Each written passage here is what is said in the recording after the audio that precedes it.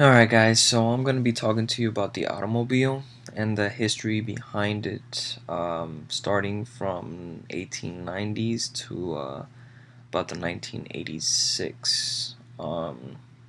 So let's begin. Alright, so there are four major figures in the car industry: Nicholas Otto, Gottlieb Daimler, Carl Benz, and Emil Levasseur. Their contributions made it possible for the Americans to actually be successful in car production. Um, the Nicholas Otto, he made the first internal combustion engine, while Gottlieb Daimler, he invented the first high-speed petrol engine and the first four-wheel automobile. Carl, he was regarded as the inventor of the gasoline-powered automobile, and Emil was an engineer and pioneer of the automobile. So the first modern car was the Mercedes. It was a 35 horsepower engine, and this at the time was something revolutionary. It is actually the basis of all modern cars nowadays.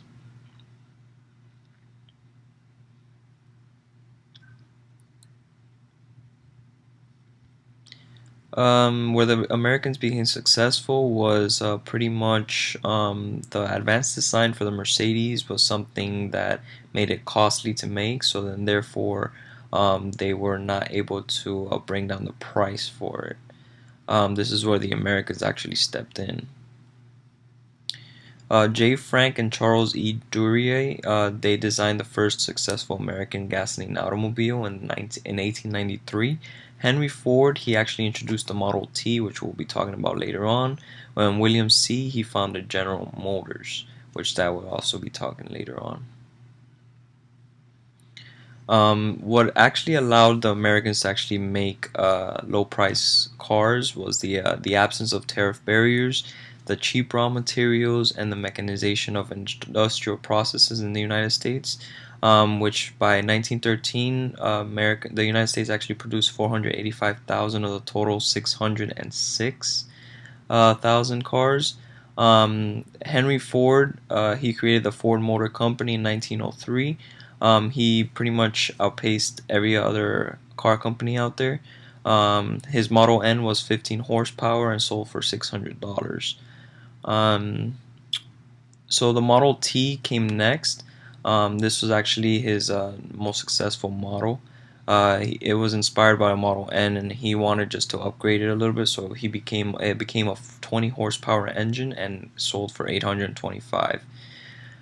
It had other stuff included to it, so that you can see already. The Model T pretty much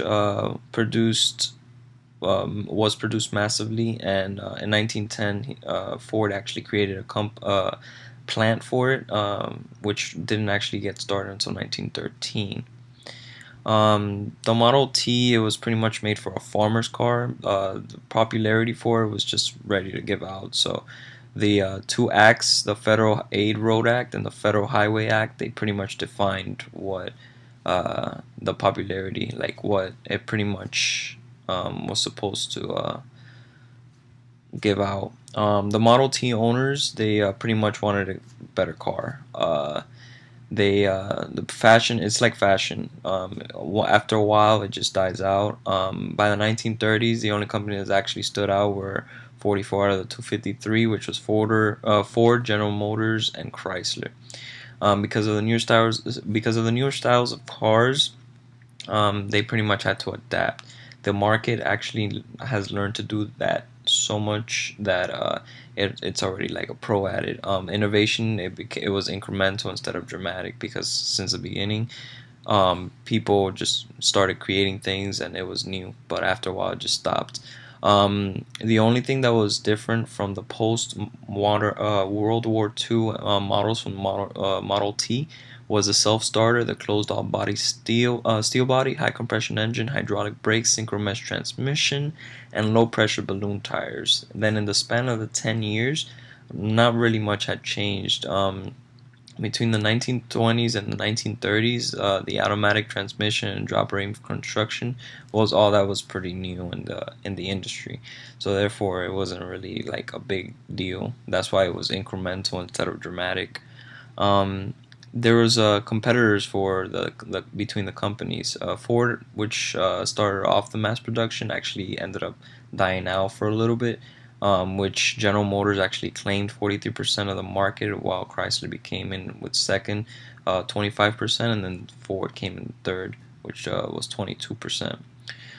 General Motors actually controlled the automobile industry for years. Their cars were stylish, and that was what was in. Affordable and great-looking cars is what they sold pretty much. Um, and then other companies just couldn't measure up to it, not even Ford.